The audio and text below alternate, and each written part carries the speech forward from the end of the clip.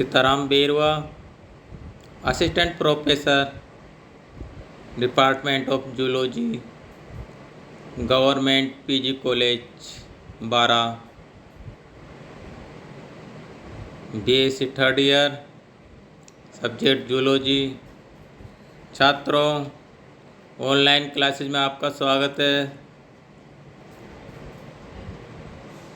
छात्रों, आज हम डेवलपमेंट बायोलॉजी के अंतर्गत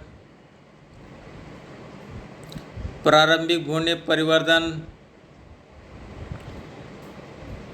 के बारे में अध्ययन करेंगे, जिसमें अर्ली एम्ब्रियोनिक डेवलपमेंट।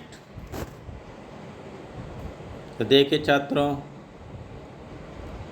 इसके अंतर्गत जो फर्टिलाइजेशन हो जाता है फ्रॉग की ओवा में और जायगोट बन जाता है, तो उसके बाद क्लीवेज होता है, विदलन, जिसे सेगमेंटेशन भी कहते हैं। मेंढक के अंडाणु में सक्रिय तथा अक्रिय ध्रुव के मध्य की सीधी रेखा को अंडाणु की प्राइमरी एक्सिस कहते हैं, प्रधान अक्ष कहते हैं।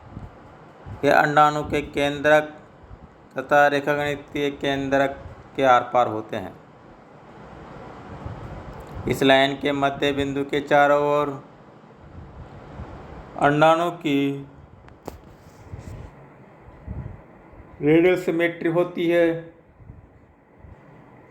अंडाणु में स्पर्म सक्रिय गोलार्ध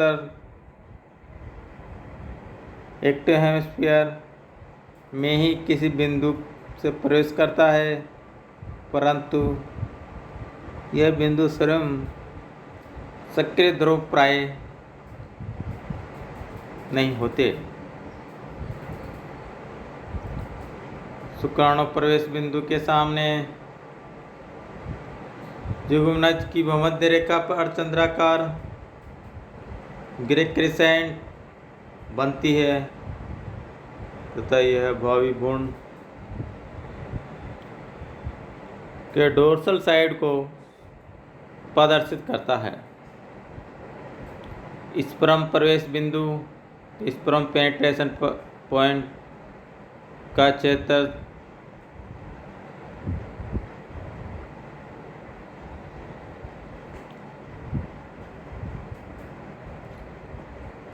भ्रूण में एक अग्रभाग का निर्माण करता है। इसके सामने का इनएक्टिव अक्रिय गोलार्ध, इनएक्टिव हेमिस्फीयर का क्षेत्र भ्रूण का पोस्टीरियर भाग का निर्माण करता है। इस प्रकार स्पर्म प्रवेश से भ्रूण की अग्र पक्ष तथा पृष्ठ अधर एक्सिस तथा बायलैटरल सिमेट्री स्थापित हो जाती है।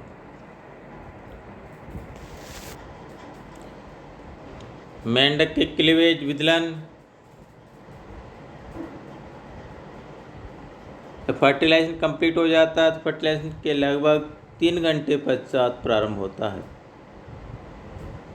सभी विभाजन माइटोसिस डिवीजन के होते हैं। समसूत्री प्रकार के फ्रॉग में अंडाणु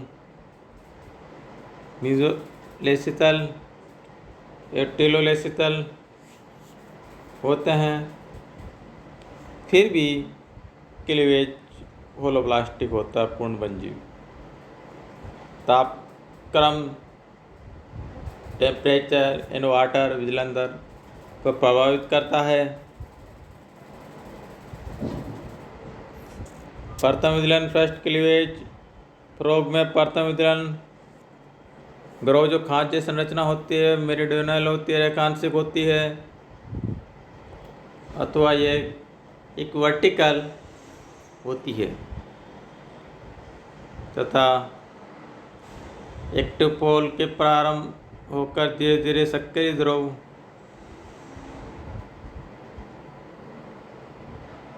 की ओर बढ़ता है तथा मध्य बिंदु से गुजरती है।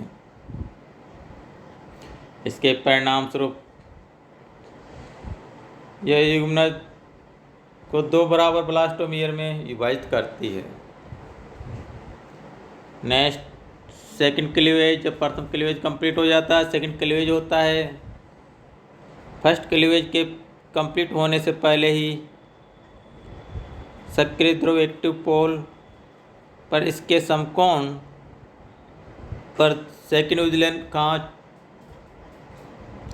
प्रकट हो जाती है। यह भी रेखांश विभाजन होता है और इस विभाजन के परिणाम स्वरूप युग्मनज 4 ब्लास्टोमियर में विभाजित हो जाता है। नेक्स्ट थर्ड क्लीवेज, जब सेकंड क्लीवेज कंप्लीट हो जाता है तो उसके लगभग आधे घंटे बाद फर्टिलाइजेशन के लगभग 4 से 5 घंटे बाद प्रारंभ होता है। थर्ड क्लीवेज हॉरिजॉन्टल या ट्रांसवर्स होता है और फर्स्ट क्लीवेज रेखांश मेरिडियनल होता है तथा प्रथम 2 विजिलेंट खांचों के साथ समकोण बनाती है और यह खांच भ्रूण की मध्य रेखा से न गुजरकर उसमें थोड़ा ऊपर अथवा सक्रिय गोलार्ध में बनती है।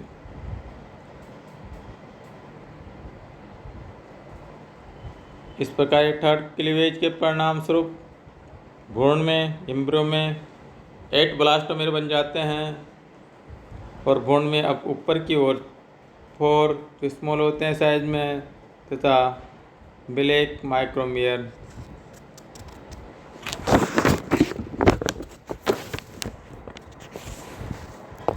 नीचे की ओर 4 बड़े तथा सफ़ेद मैक्रोमियर्स हो जाते हैं।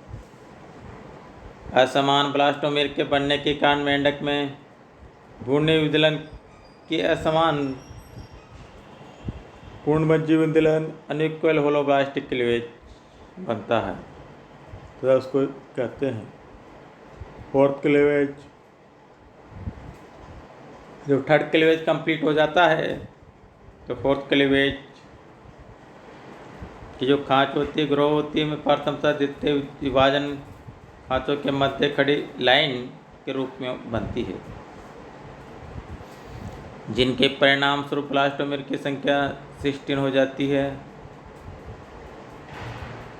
एंड पांचवा विजिलन